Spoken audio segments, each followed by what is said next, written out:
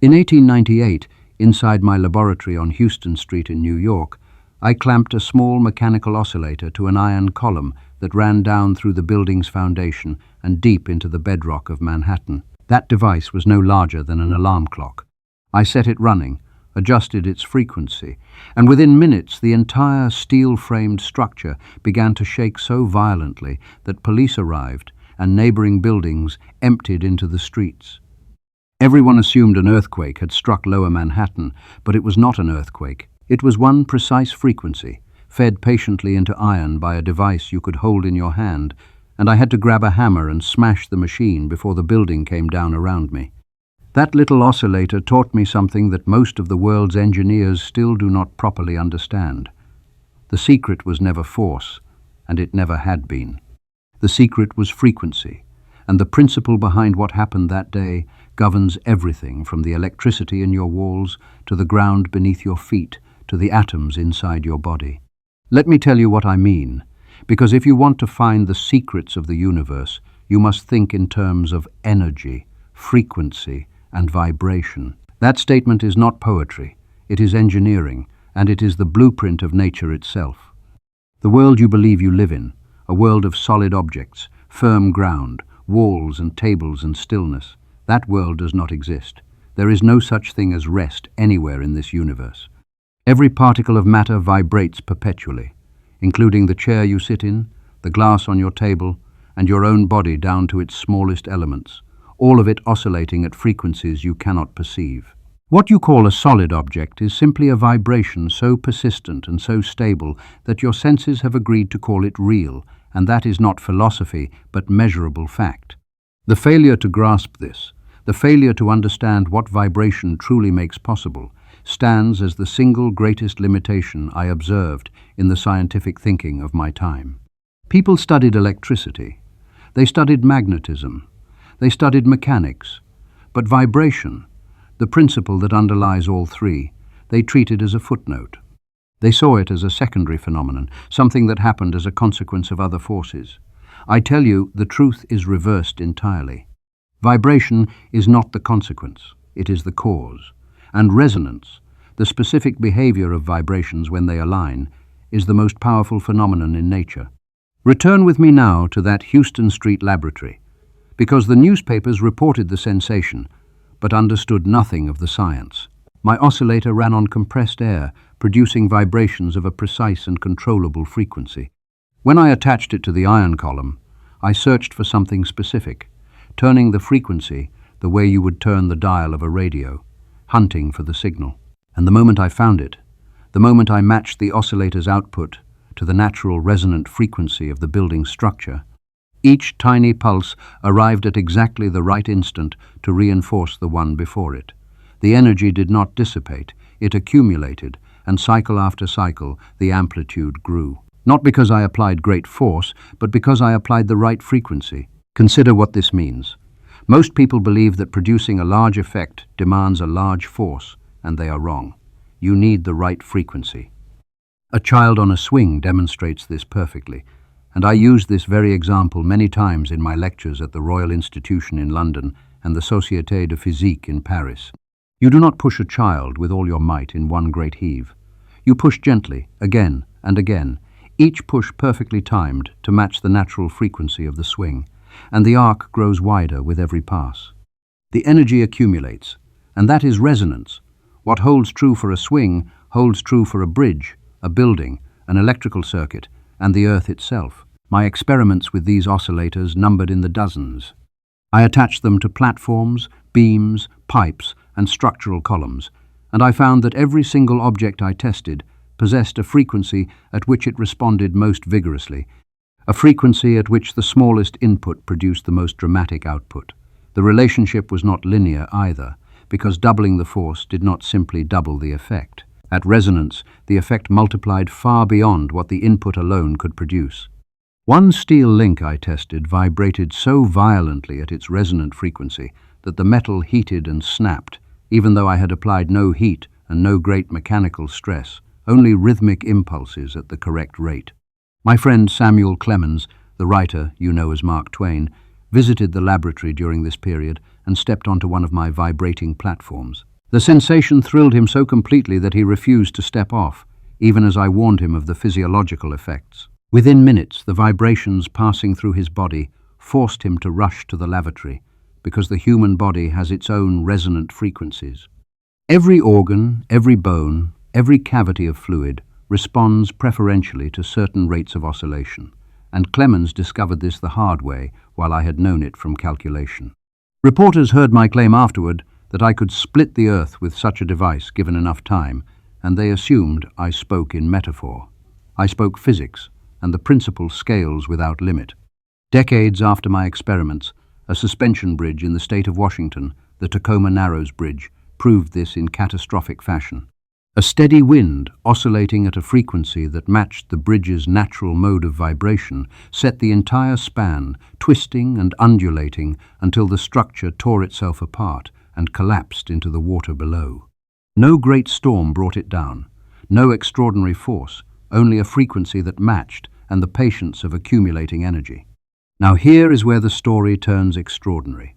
In 1899, I traveled to Colorado Springs and built the largest resonant transformer the world had ever seen.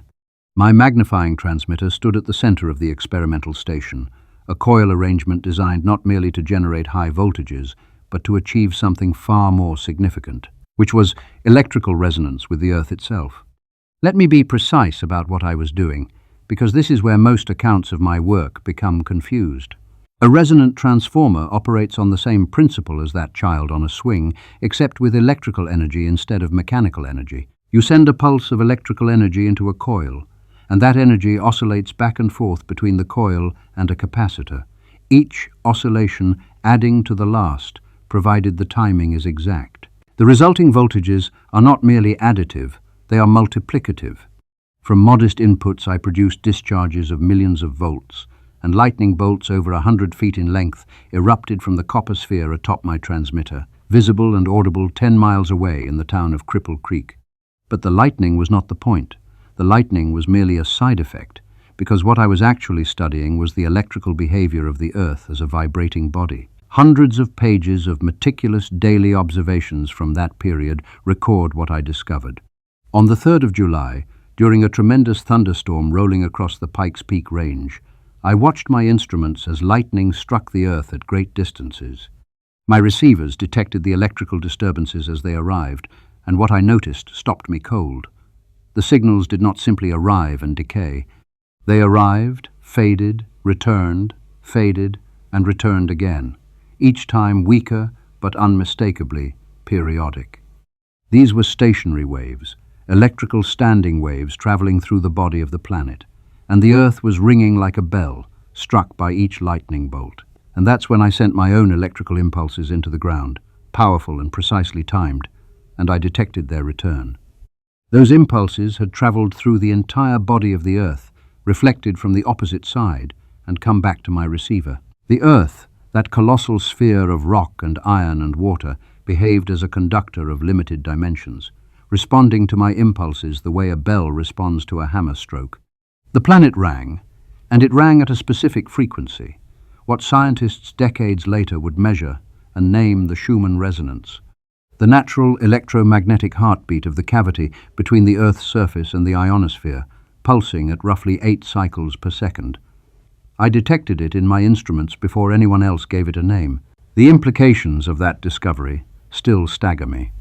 If the Earth itself can be set into electrical resonance, if energy can be injected at one point and received at another with minimal loss because the planet's own vibration carries it, then the transmission of electrical power without wires becomes not a fantasy, but a straightforward engineering problem, a problem of frequency, of timing, of resonance. That understanding became the foundation of my vision for the Wardenclyffe Tower on Long Island, funded initially by J.P. Morgan, intended as the first station in a world system of wireless energy transmission. Not radio waves scattered wastefully through the air, but guided waves following the curvature of the Earth, sustained by the planet's own resonant behavior. Wardenclyffe was never completed, but the principle was sound, and history has quietly proved me right in ways most people never notice. The United States Navy, decades later, constructed enormous transmitters to communicate with submarines submerged deep beneath the ocean. Using extremely low frequency stations that sent signals through the earth and sea at frequencies remarkably close to what I measured in Colorado Springs. They did not credit me, and they did not need to. The physics credited me. Let me make this concrete, because it is too important to leave abstract. Every electrical circuit possesses a natural frequency, a rate at which it prefers to oscillate, determined by its inductance and capacitance. Every mechanical structure possesses one as well. Every object, every body, every system capable of vibration has a frequency at which it vibrates most readily and most powerfully with the least expenditure of energy.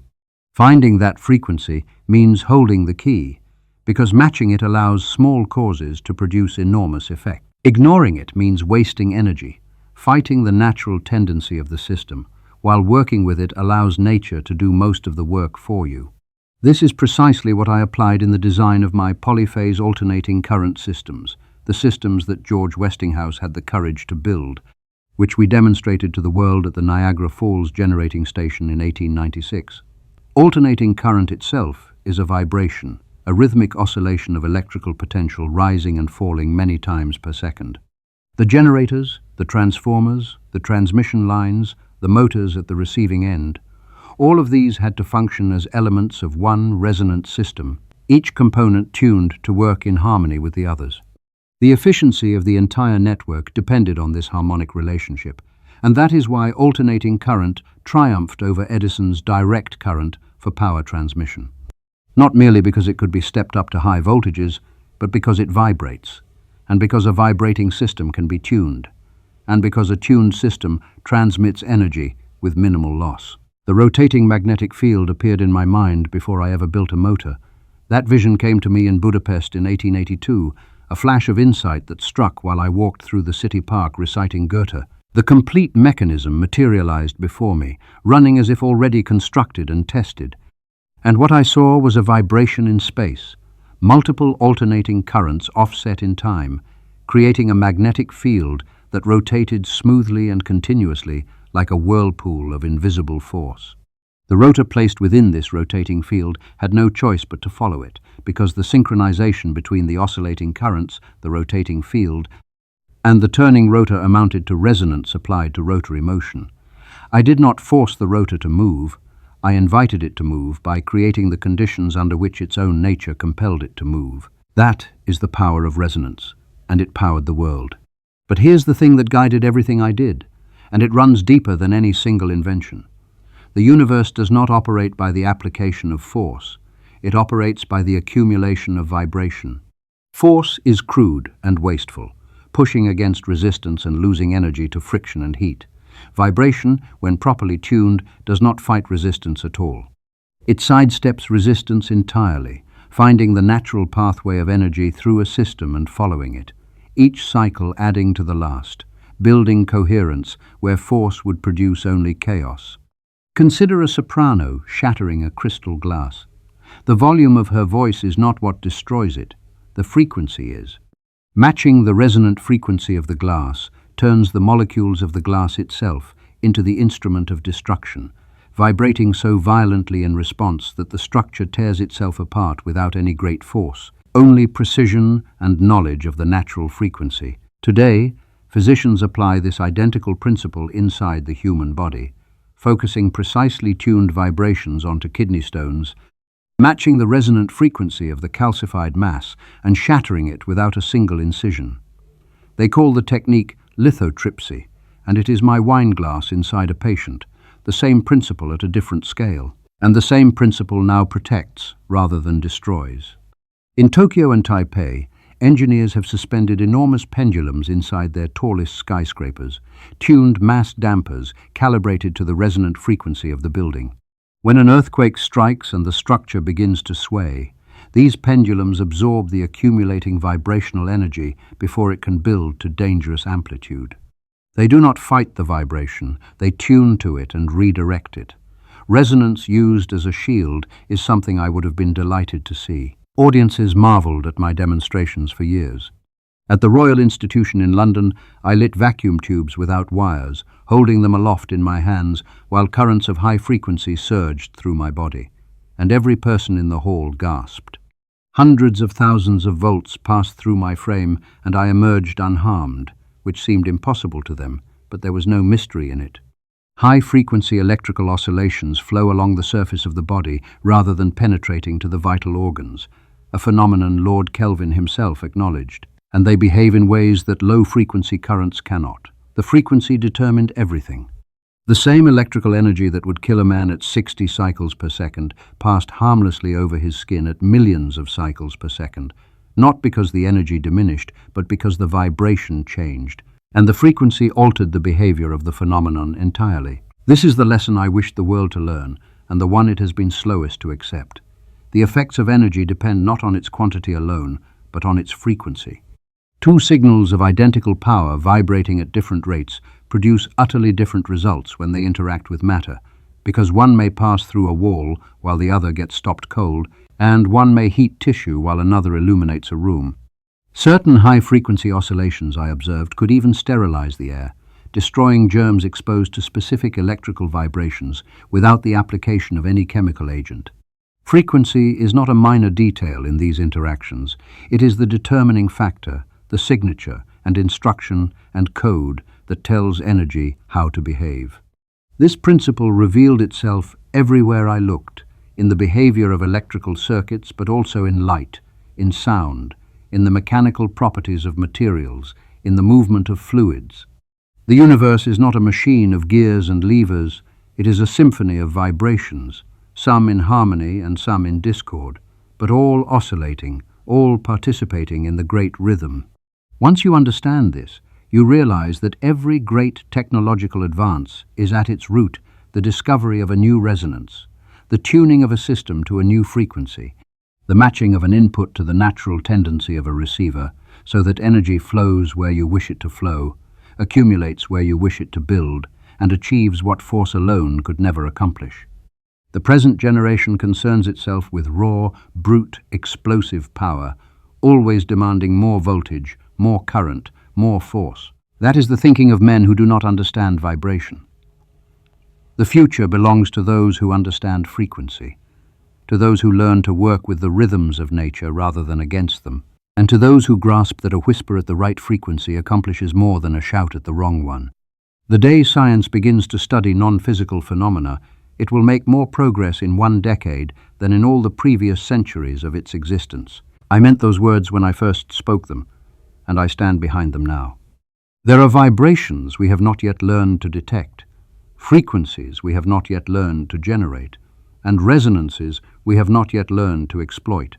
The electromagnetic spectrum we have charted, from the lowest radio waves to the highest gamma rays, is itself a vast keyboard of vibration, and we have only learned to play a few notes while the symphony remains unwritten. That is what vibration truly is, not a secondary phenomenon, not an incidental oscillation, but the language in which the universe is written. Resonance, the alignment of frequencies, the synchronization of rhythms, the accumulation of coherent energy, that is the grammar of the language. Learning it means reading the deepest secrets of nature, and mastering it means writing new ones. Every coil I wound, every circuit I tuned, every experiment I conducted in Colorado Springs and New York, and the laboratories of my mind, all of it explored this single truth: the universe vibrates. Find the frequency, and everything else follows.